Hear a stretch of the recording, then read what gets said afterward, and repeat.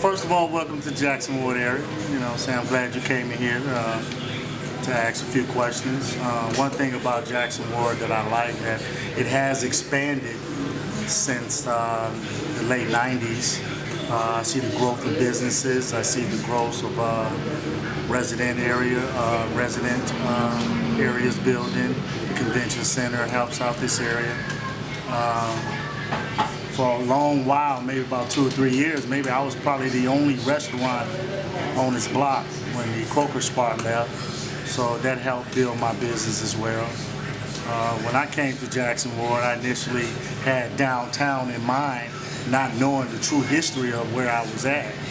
So when I started meeting the customers and they gave me suggestions, my menu definitely changed for the socioeconomic disadvantage.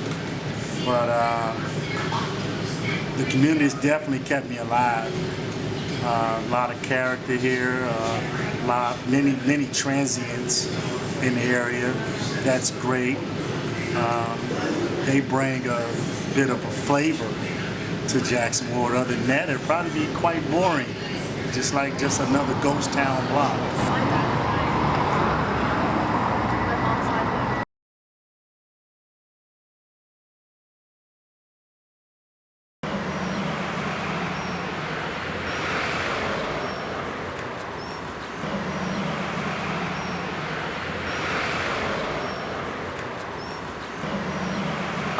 On our street, like seriously, that block over, since these houses are so old, I mean, that's not a bad thing. I'm glad that they take care of historic buildings and stuff.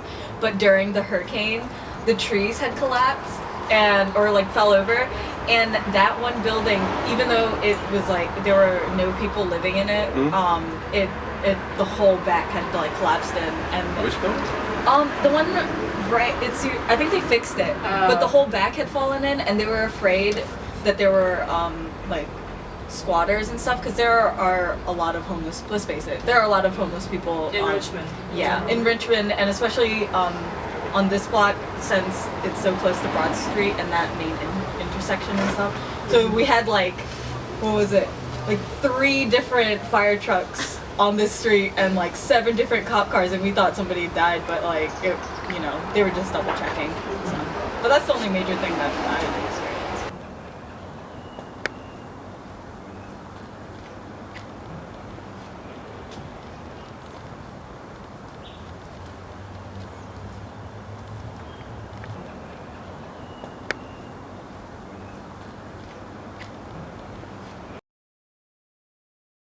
Well, the only thing they do in most buildings around here now is change them into apartments.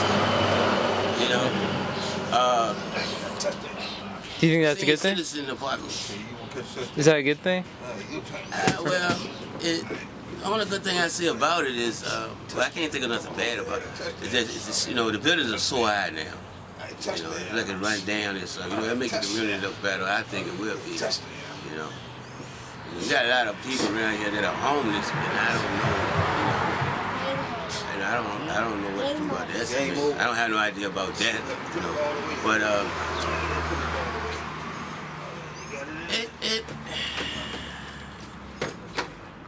I don't know, man. I really don't know if it's gonna be a good thing or not. It's hard to say. It sounds good when you say it first, put it up there, but then once you on paper sound good, but then once you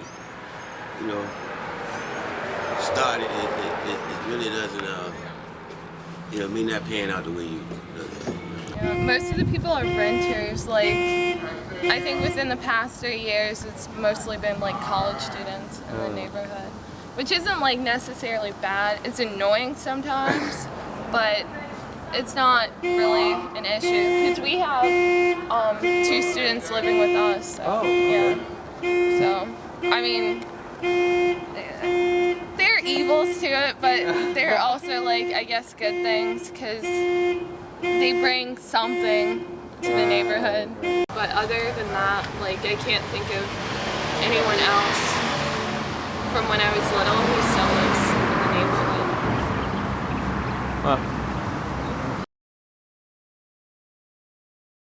And just still a place to connect with her beloved Jackson Ward. If you look up, you notice Mrs. Walker had a tin ceiling installed here in our home. These are all luxuries that many of her neighbors can't afford. She really wants to show off what hard work can buy. Out of many of the places that Richmond has since buried under parking lots and such, a lot of the history has been demolished or changed in the name of progress, or retaking the land, taking the houses and such. But Maggie Walker's home was saved because of the people, because of the community.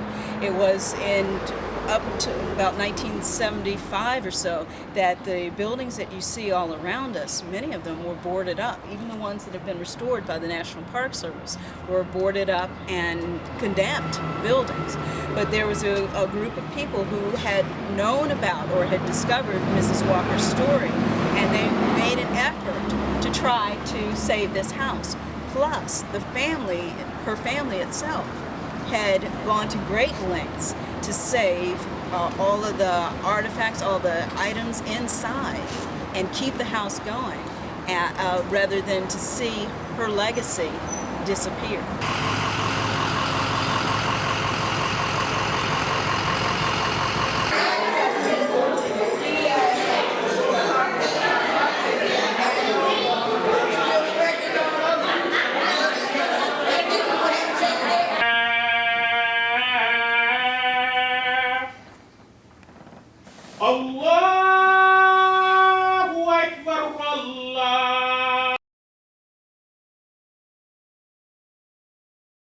We opened the doors here on Eid al-Fitr of 1432 of last year, and we've been here ever since.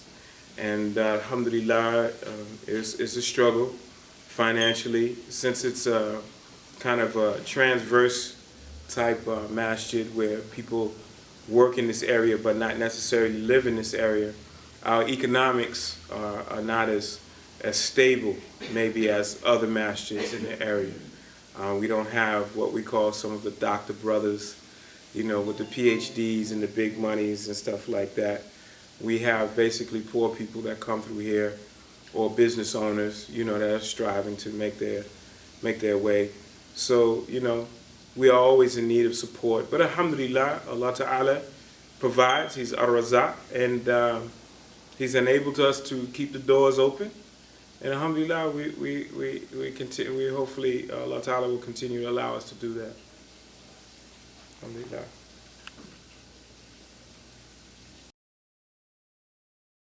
When the leaders come together and the people see the leaders together, the people are together. So our evening service, a young man used to be the youth pastor of the church a block down the street, is now pastoring in the Lothian. He's going to be here this evening. And my minister that's gone, my nephew is my youth minister, used to work together. Now he's pastoring, so great things are still happening. So we network and do things together, so it's not just one congregation, but everybody working together in the neighborhood. We just did a memorial service. A young lady in the neighborhood whose son died of cancer. Wasn't in any church. We opened the church up. We had the memorial at the funeral home, but we had the repast here. And what that says to us, we open our arms to everybody. Across the street, a family was burnt, 3 died, father, 3 kids. We opened up our arms, we did the service, and we did everything. And somebody asked why would we do it. We say our church is not just the building, it's beyond the church.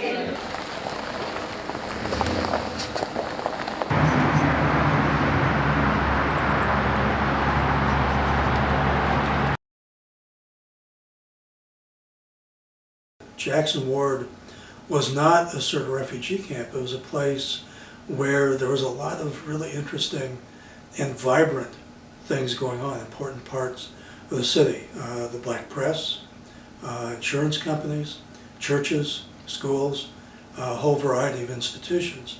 And in that sense, we can think of this as segregation, but this may be more a matter of congregation, people coming together.